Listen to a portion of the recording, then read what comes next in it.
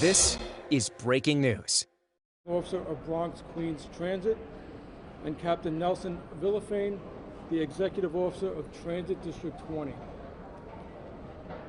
I want to remind you the information I am about to provide is preliminary, as this incident is only a few hours old.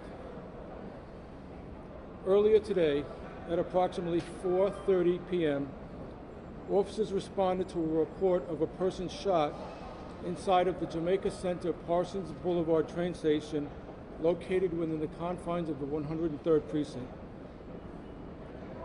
Upon arrival, officers discovered a 24-year-old male with gunshot wounds to his torso. Officers immediately began to render first aid and requested EMS. EMS responded and transported the victim to Jamaica Hospital, where he was pronounced deceased. A preliminary investigation revealed that the 24-year-old victim was standing in the vicinity of the token booth area when the suspect approached him and engaged him in a verbal dispute that quickly turned physical. During the course of that fight, the suspect pulled out a firearm and fired several rounds which struck the victim in his torso. There are cameras at this station, and investigators are reviewing security video. Witnesses are being interviewed by detectives, and a firearm has been recovered at the scene. At this time, there are no arrests, and I am urging anyone who has any information on this incident to call Crime Stoppers at 1-800-577-TIPS. All calls will be kept strictly confidential. Any questions? Chief, is there any indication? Hold on, Roger. Any indication the two people knew each other?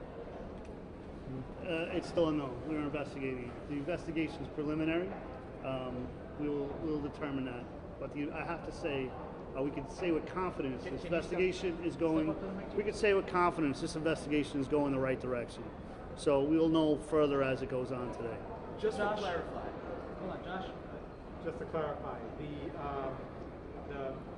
the shooter is the person who engaged the victim first in a verbal dispute. It wasn't the other way around, or? Well, it's hard to say. We know that there was a verbal altercation, which led to a physical altercation, which then led to the violent shots being fired.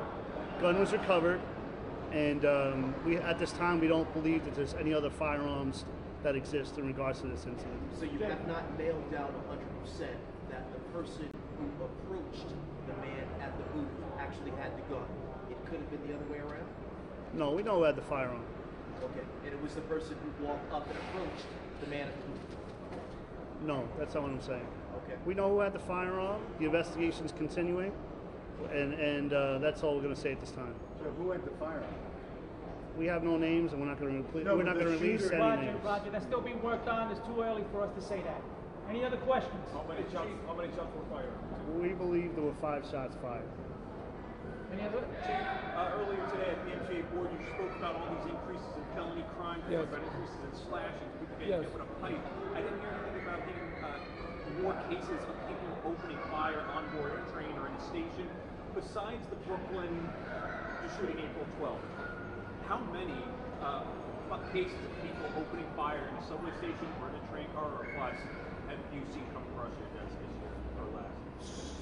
So, in terms of shootings in the transit system, they are infrequent and rare, including shots fired. There have been a couple incidents this year which are being investigated, but gunshots in the transit system is a very rare scenario.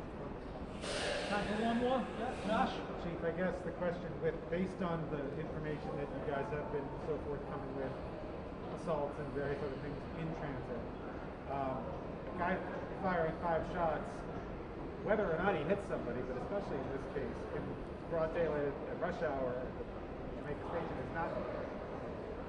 it doesn't make it easier for you. No. Talk about how you get people back to the subway with this kind of thing. So, one, we already stressed, we're trying to determine what initiated this dispute between these two males that led to the fight, that led to the shooting. But there's a host of things that we're doing in the transit system, and I mentioned some of them earlier this morning at the MTA board meeting.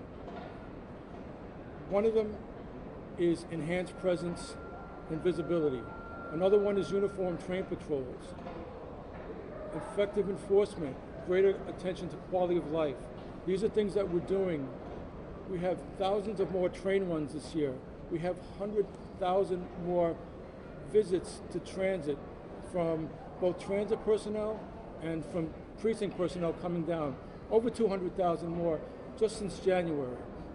So there's a significant effort on the part of just not transit, but the NYPD to enhance and robustly build up visible presence in the transit system.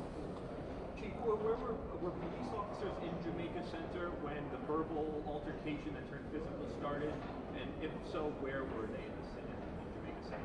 That's part of the investigation. There were no officers at the booth, but we're looking. That's part of the whole investigation to see if officers were on the train, or that's going to be part of the Was there investigation. a booth agent who tried to call RCC or police for help? It was called in by 911. It called in through 911. All right, guys, thank you very much. Thank you very much. Thanks, Chief.